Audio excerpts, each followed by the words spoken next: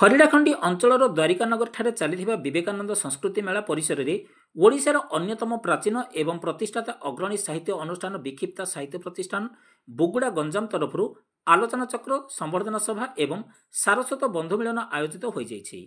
विक्षिप्ता साहित्य प्रतिष्ठान साधारण संपादक डॉक्टर श्यामा प्रसाद मिश्र परिचालना एवं युवकवि श्री सुप्रदीप साहू उद्घोषण अनुष्ठित यह कार्यक्रम में वर्षियान कवि श्री गौरीपति दास सभापति, खलिकोट विश्वविद्यालय प्राक्तन कुलपति प्रोफेसर डॉक्टर मनमथ पाढ़ी उद्घाटक, विशिष्ट नाट्यकार एवं अवसरप्राप्त अध्यक्ष मेजर रमारमण पाढ़ी मुख्य अतिथि, वृक्षबंधु तथा सुसाहित्यिक श्री सुभाष चंद्र महाराणा, विशिष्ट कवि सारस्वत संगठक एवं प्राक्तन ओडिशा साहित्य एकाडेमी सदस्य श्री सुशांत दास, अवसरप्राप्त अध्यक्ष डॉक्टर नीलांचल मुनि, श्री बी गोविंद राव एवं आलोचक भाव सामंतियापल्ली महाविद्यालय ओडिया भाषा साहित्य विभाग मुख्य डॉक्टर अशोक कुमार पंडा एवं विशिष्ट साहित्यिक संगठक तथा विवेकानंद संस्कृति मेलार संयोजक श्री मिहिर रंजन त्रिपाठी जोग देथिले।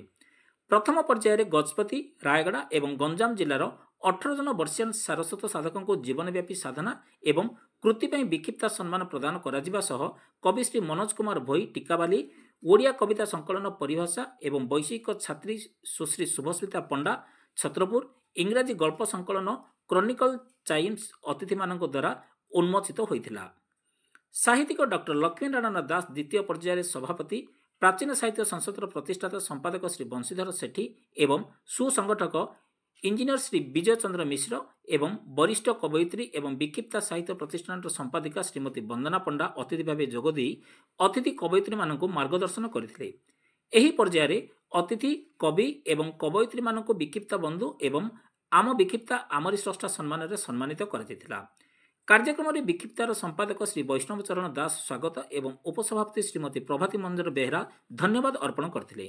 विक्षिप्तार अन्यतम प्रतिष्ठाता सदस्य श्री प्रमोद चंद्र पाढ़ी, कार्यकारी सभापति अवसरप्राप्त जंत्री इंजीनियर श्री प्रसन्न कुमार दास, सह संपादक श्री सुनील कुमार प्रधान, श्रीमती कल्पना प्रधान, सुश्री श्वेताश्विनी पंडा, सुश्री मोनालिसा मिश्र कार्यक्रम सफल रूपायन में पूर्ण सहयोग करथिले। डॉक्टर श्यामा प्रसाद मिश्र परिचालित यही सम्मेलन में शताधिक कवि कवयित्री जोगदे यही सम्मेलन को युवकवि श्री सुप्रदीप साहू उद्घोषक रूपे चमत्कार भाव कार्यक्रम सफल रूपायन में सहयोग करथिले।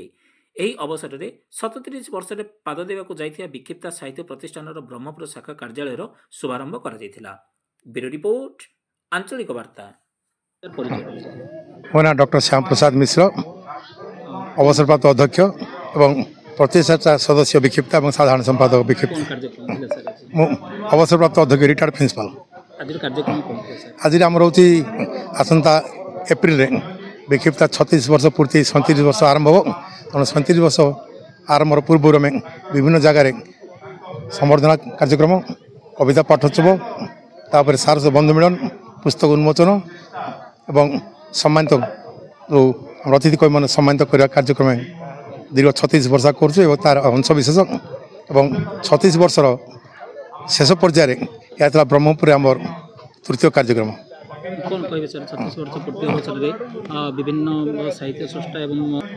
आज शुभ अवसर मोर एति वार्ता रे आपण मैंने प्रकाश को गुरुत्व न दे लिखिदेली गोटे पेपर देदेवी कि मोर पब्लिश हो।